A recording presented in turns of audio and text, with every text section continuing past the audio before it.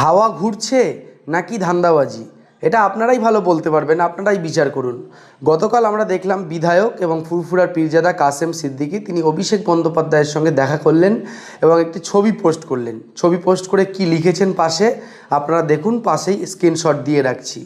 এখন বিষয় হলো যে পীরজাদা কাসেম সিদ্দিকীর কি এতদিন পরে মনে পড়লো অভিষেক বন্দ্যোপাধ্যায়ের কথা, নাকি তিনি আগে থেকেই যোগাযোগ রাখছিলেন বা গেছিলেন, আমাদের কাছেই হয়তো খবর নেই, হতেই পারে ভুল। কিন্তু বিষয় হলো যে আমরা যেটা জানি যে এই কাসেম সিদ্দিকী তিনি ঋতব্রতপন্থী তৃণমূল ছিলেন বলে, মানে ভালো তৃণমূল ছিলেন বলে বিভিন্ন মিডিয়া মারফত আমরা খবর পেয়েছি, সোশ্যাল মিডিয়া মারফত, মেন স্ট্রিম মিডিয়া মারফত তার ছবি টবি দেখে এটা খবর পেয়েছিলাম। এবং তিনি জেতার পর প্রায় 3-4 মাস হয়ে গেল, এখনও পর্যন্ত তার এলাকাতেও সেভাবে দেখা যায়নি বলেও তার এলাকার অনেক মানুষের কিন্তু অভিযোগও রয়েছে। তাহলে কাসেম সিদ্দিকী কেন অভিষেক বন্দ্যোপাধ্যায়ের কাছে গেলেন, এটা একটা বড় প্রশ্ন।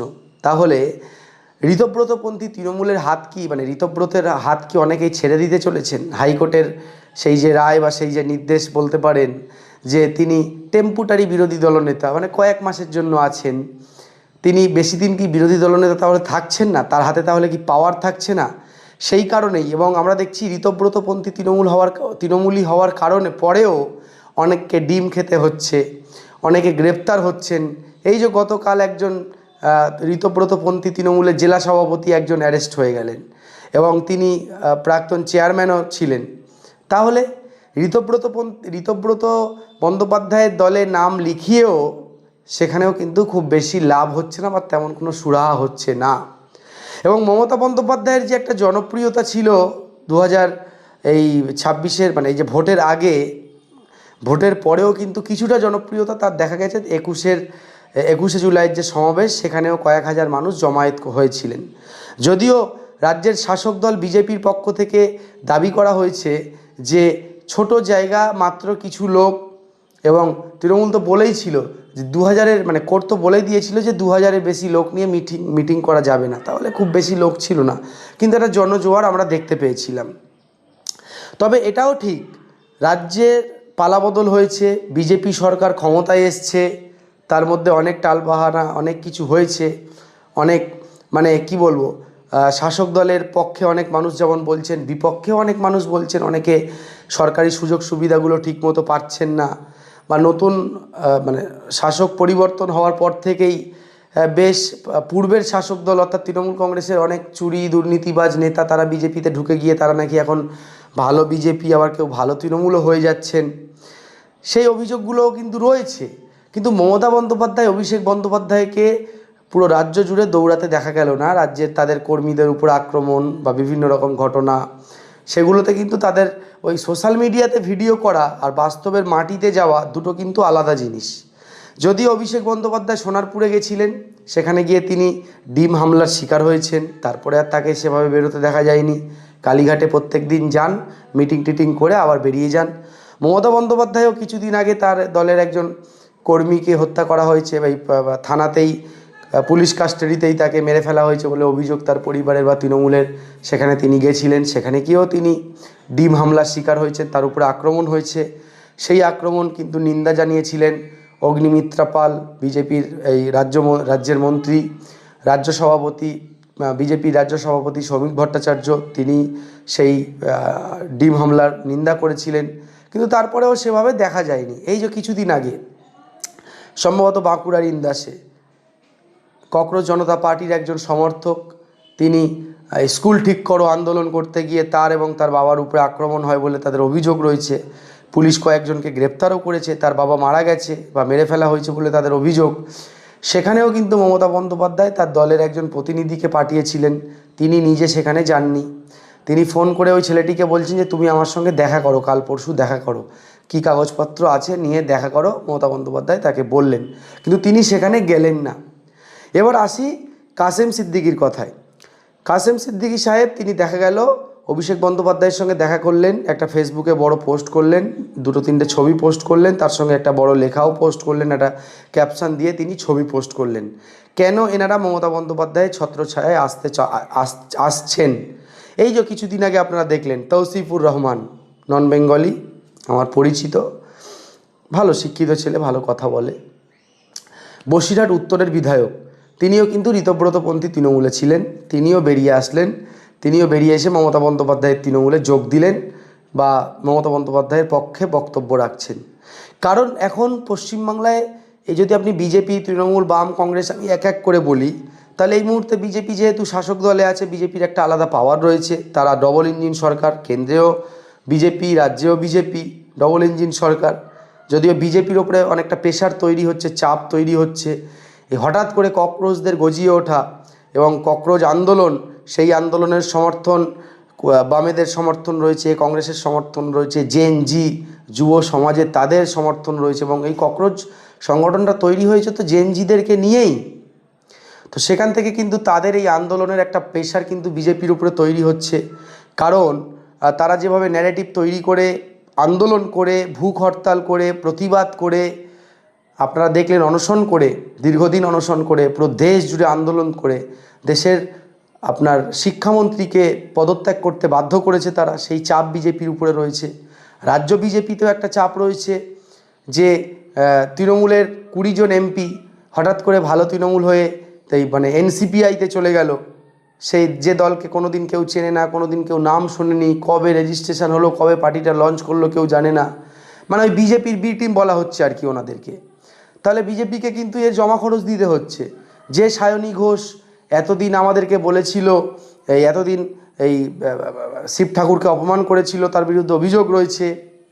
যে জুন মালিয়া অভিনেত্রী দেশের প্রধানমন্ত্রী নরেন্দ্র মোদীকে নিয়ে বড় ছোট কথা বলেছিল বলে তার ভিডিও ভাইরাল হচ্ছে, এমন একাধিক বিজেপির এমপি তারা আজকে হঠাৎ, এই তৃণমূলের এমপি হঠাৎ করে এনসিপিআই অর্থাৎ বিজেপির বি টিমে চলে গেল, যেটা নিয়েও কিন্তু বিজেপি নিচুতলার যারা কর্মী সমর্থক তাদেরও কিন্তু বক্তব্য রয়েছে, তাদেরও কিন্তু অভিযোগ রয়েছে। সেই অভিযোগ কি, যে আমরা যে চোর তৃণমূল, যে দুর্নীতিবাজ তৃণমূলের হাত থেকে বাংলাকে বাঁচানোর জন্য লড়াই সংগ্রাম করলাম, রক্ত ঝরালাম, কেস খেলাম, আজকে তাদেরকে আবার বিজেপি নিয়ে নিল। এই চাপ কিন্তু বিজেপির উপরে রয়েছে। রইল কংগ্রেসও এখন প্রায় সুদিন, যদিও রাজ্য কংগ্রেসের অনেকগুলো গোষ্ঠী আছে যেগুলো আপনারা সাধারণ চোখে দেখে বুঝবেন না, খুব স্বচ্ছ লাগে, কিন্তু ওদের এক একটা নেতা, এক একটা গোষ্ঠী আমরা কিছুটা বুঝি, কিছুটা ফিল করি, তাদের ভিতরকার কথা, নেতাদের কথাও শুনি, সেই জায়গা থেকেই আপনাদেরকে বলতে পারছি।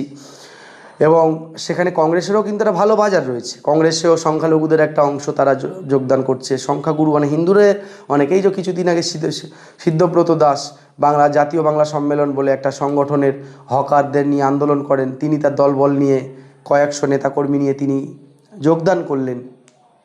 এমন যোগদান কিন্তু কংগ্রেসের রোজই চলছে, তাদের মিটিং মিছিল চলছে, বিভিন্ন বিষয় নিয়ে প্রত্যেক দিন তারা আন্দোলন করছে, ঘুরে দাঁড়ানোর চেষ্টা করছে।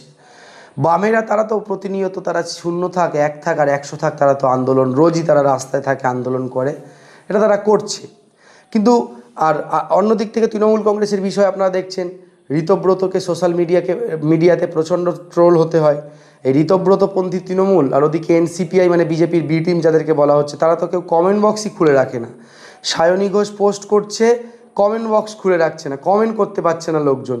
ঋতব্রতও নাকি কোনো সময় ঋতব্রত বন্দ্যোপাধ্যায় তিনিও নাকি কোনো সময় কমেন্ট বক্স বন্ধ করে দিচ্ছেন মনে হয়, কমেন্ট করতে পারছেন অনেকে। এবং তাদের একটা পোস্টে যদি 5000 লাইক পড়ে, সেখানে 4000 মানুষ হা হা হা হা রিয়াক্ট দিচ্ছে, মানে এটা অত্যন্ত লজ্জার তাদের জন্য। অর্থাৎ তাদের মানে কি বলবো, মানে মানুষের সঙ্গে সম্পর্ক তাদের নেই। কিন্তু থাকলে 21শে জুলাইয়ের যে কর্মসূচি নিয়েছিল দুই তৃণমূল, কালীঘাটপন্থী তৃণমূল আর ভালো তৃণমূল মানে ঋতব্রতপন্থী তৃণমূল, কালীঘাটপন্থী তৃণমূলের দেখেছিলেন প্রচুর মানুষ, জনজোয়ার, আর ঋতব্রতপন্থী তৃণমূলের 100 জনও সামনে বসেছিল না, সামনের কোনো ছবিই তারা প্রকাশ করতে সেভাবে পারেনি। স্টেজে বড় বড় নেতারা ছিলেন, মদন মিত্র, অনুব্রত মণ্ডল, ফিরহাদ হাকিম, ঋতব্রত বন্দ্যোপাধ্যায়, প্রসূন ব্যানার্জি, আরে বাবা বিশাল বড় মঞ্চ।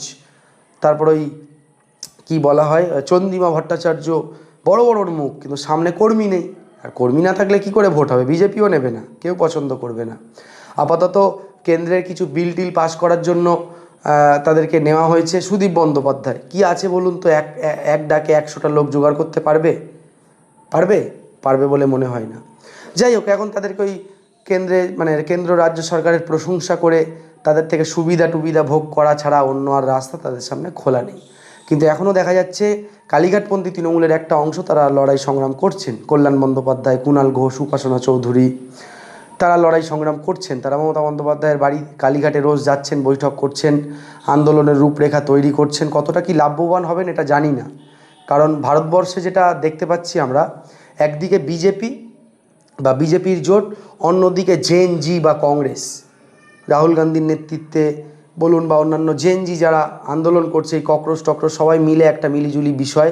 সেখানে তৃণমূল কংগ্রেসের কতটা ভূমিকা আছে না আছে আপনারাই ভালো বলতে পারবেন, কারণ আপনারা জনগণ, আপনারা ভোট দেন, আপনারা আমি সহ আরও অনেক সিনিয়র ভালো ভালো সাংবাদিকদের বিশ্লেষণ শোনেন, ভিডিও দেখেন, পেপার পড়েন, পত্রিকা পড়েন, নিউজ খবর রাখেন, আপনারা আরও ভালো বলতে পারবেন, তাই আপনাদের উপরেই ছেড়ে দিচ্ছি।